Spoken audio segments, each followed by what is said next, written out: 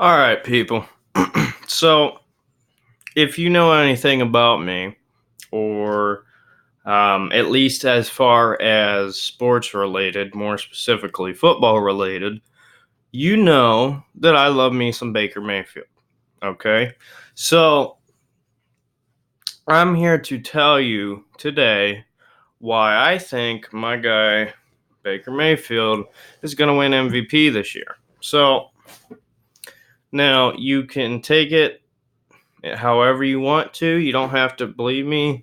Um, nothing's settled. The season hasn't even started yet. Nobody knows how things are going to go down.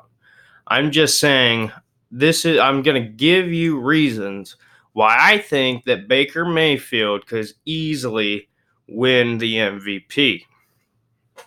Now, I'm going to start off by saying if Baker Mayfield's name is not in conversation by the end of the season when it comes time, there's going to be something wrong. Okay. Either number one, he got injured, which God forbid that happens because there's no backups. So, um, no good backups, I guess I should say. But anyway, so either he gets injured or just all chaos breaks loose and it just doesn't work. But anyway, I don't think that's going to happen. So, if his name is not being considered for MVP by the end of the year, there's something wrong. Okay, so I'm here to tell you why I think he's wait. I'm here to tell you why I think Baker Mayfield's going to win MVP. Now, this was Baker Mayfield's rookie year, drafted number one overall to the Cleveland Browns from the University of Oklahoma. So Baker Mayfield this year's 2018 season stats. He had 3,725 yards, which is 17th in the NFL as far as quarterbacks. Touchdowns, 27, breaking the rookie passing touchdown record that was, I believe, held by both Russell Wilson and Peyton Manning. So Baker Mayfield is now the rookie passing touchdown leader. With 27 TDs. Now that is 11th in the NFL. So that means that Baker Mayfield, as a rookie quarterback playing for the Cleveland Browns, with Jarvis Landry as the number one receiver, who's a slot receiver, with Antonio Callaway, Rashad Higgins, David Njoku, had 27 touchdowns, broke the record, came in during the third game of the season and finished 11th in the NFL with passing touchdowns. Now, if that doesn't give you at least a stat-wise realization that he is a good quarterback and he can play in this league, and he will, and he's going to do big things, continue to do big things, that should tell you right there. Look at the guys who held that record. Russell Wilson, Super Bowl. Great player. Very overlooked sometimes, in my opinion. People always want to go to Tom Brady, Andrew Luck, because Russell Wilson is a quieter, cool, calm guy, not a big in-your-face guy. He gets a little bit overlooked. And Russell Wilson is an outstanding quarterback. In fact, he's in my top 5 as far as my favorite quarterbacks in the league. So that's one name. Now keep in mind, Baker broke this record held by him. So now I know Russell wasn't drafted number one. It is what it is. We all know that story. If you don't, go look at it. Now Peyton Manning. Super Bowls. Okay. Both of these guys have Super Bowls. Both of these guys, as rookies, broke the passing touchdown record, or at least tied it. Peyton broke it, and then Russell tied it. And then Baker broke it. So now Peyton Manning might be my favorite quarterback of all time. I love me some Peyton Manning. just like I love Baker Mayfield. My heart skips a beat every time I see Peyton Manning throw a football. I just love it. Okay? And ever since he left, it's never just done. And I've been waiting for that quarterback who I'm falling in love with again. Baker Mayfield's that guy. Okay? So, as far as passing touchdowns, that should give you an idea at 27 being the 11th as far as quarterbacks. That should give you an idea as a rookie what he did. Now, he had 14 interceptions to 27 TDs. He was tied at 27th worst. That's 27th worst in quarterbacks. So his interceptions were a little high. Not much higher than others, but he's pretty down there as far as that. QBR 53.6, 23rd in the league. So, just to give you an idea, he played these numbers that I'm reading, and my phone's down here. That's why I keep looking over here. He played on a team who had dysfunction all around it with Todd Haley and Hugh Jackson and that whole ordeal. He had Tyrod Taylor in front of him. He comes in and he plays in that Jets game like he's played with these guys all his life. Okay? It was amazing how he clicked, and I know everybody's saying, well, that's just the Jets. You've seen what he did consistently in every game. Now, did he win every game and go undefeated? No. Did he make rookie mistakes? Yes, I got that. But here's my thing. The Colin Cowherds of the world are going to tell you Baker Mayfield's not a good leader. He's going to tell you that he's not good enough. He's not on the level of all these other guys. Baker Mayfield, what he did in his first year, he's the only guy who could do it. Okay? The way he stepped in and played that leadership role. Now, I get it, coming out of college, he had that police video. He had the whole Kansas thing, planting the flag during or after the Ohio State game, which I hated him then. That was about the only time I hated him. But it worked out. So anyway, since he's been in the NFL, he hasn't had those issues as far as attitude. It's just been having a chip on his shoulder with the whole Hugh Jackson thing. So his leadership is good. He's a great leader, okay? So anybody who questions his leadership, I don't believe that is deserved. I think he's done more than a great job of stepping up and showing that leadership. So anyway, this year, what the Cleveland Browns have done and John Dorsey has done is brought in Odell Beckham Jr. and Kareem Hunt. Now, you may be saying, well, how is this going to benefit Baker? Baker Mayfield last year, his number one target, even though some people really say it was Jarvis Landry, it was really Rashad Higgins. Rashad Higgins was the guy who just seemed like they had the best chemistry with Baker. And Rashad Higgins is not a big name receiver like Odell Beckham Jr., Julio Jones, whatever. So now they have that number one receiver role. They'll have Odell Beckham Jr.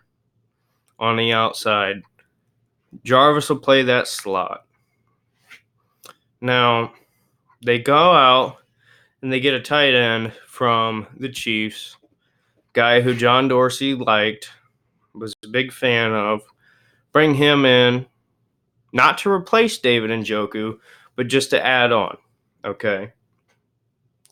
He's the kind of guy who is not a star tight end, but he's overlooked and underappreciated.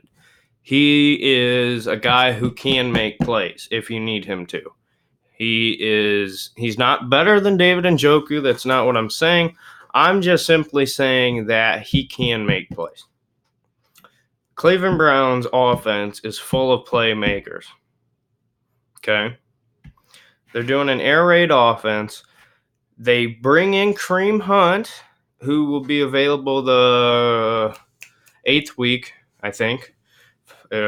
Might have to go back and check that. But anyway, so their backfield is set. Nick Chubb last year did an outstanding job. Okay, also a rookie. Did an outstanding job. So with Baker having the threats around him, that's going to further push him. People think that because they're going to have a new first-year head coach in Freddie Kitchens, and because of the line not being as elite, and with the fact that they have a lot of guys who are going to want the ball and potential attitude issues, there's a lot of people who think this is going to go south. Now, I'm not here to tell you that Freddie Kitchens is the next Bill Belichick, but I trust Freddie Kitchens. Okay. What he did coming in, being the new offensive coordinator last year, after not doing that ever, just being position coaches, he used Todd Haley's playbook and ran it better than Todd Haley did. Okay. I trust Freddie Kitchens from that standpoint. And if that all goes south and he turns out that he was not the guy, I trust Baker Mayfield to take that leadership coaching role. I'm not saying he's going to be the head coach telling people what to do, but he's going to be that leadership role. I'm not sure how much of a leader Freddie Kitchens is, but I know how much of a leader Baker Mayfield is. I think that this year, big things are going to happen in Cleveland. I'm not saying Super Bowl, but playoffs should be a lock. And I think just that should get his name in the MVP category. Now, there's obviously, it's a big league. There's a lot of players. There's a lot of stars. But you can't deny the change that has happened in Cleveland, going from an 0-16 team, with Deshaun Kaiser coming in and all the 50 other quarterbacks. Now they got their guy. Seeing what he did last year, coming in 3 games into the season, breaking the rookie passing touchdown record. Now he has a team full of got a superstar receiver in Odell Beckham Jr., a really good running back right now. Nick Chubb looks like a star. A superstar, in my opinion, running back coming in with Kareem Hunt, 8 games in. He's got more weapons. Antonio Callaway in his second year should have improvements. He's got Rashad Higgins, a guy who he loved. He's got, obviously, Landry. And, my point is, he's got a lot of targets that a lot of other players don't have as far as quarterbacks. So I think that it is not too far-fetched to say Baker Mayfield could be the MVP next year. So, there's going to be a lot of competition with Patrick Mahomes. You never know.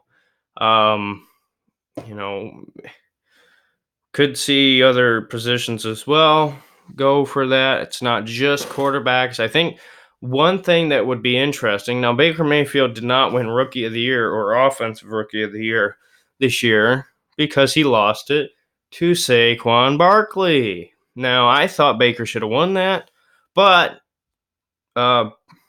Barkley won, and he's been doing big things in New York.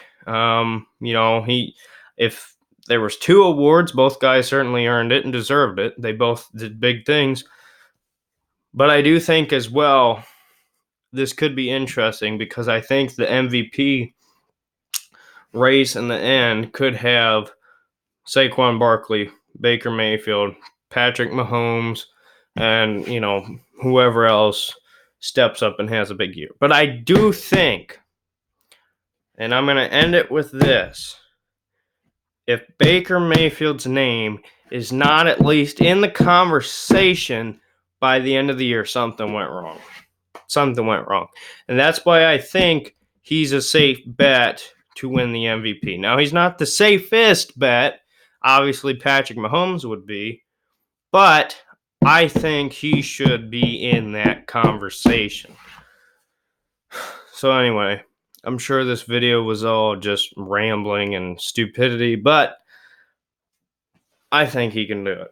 I think it is not out of conversation to have him in that MVP spot. People think we're going to the Super Bowl. I didn't say that. I did not say that. I said just getting to the playoffs should put him in that conversation. From what he came from, it has to. It just has to. And you know what? People like Colin Cowherd, and I like Colin Cowherd. There's a lot of Browns fans who hate him.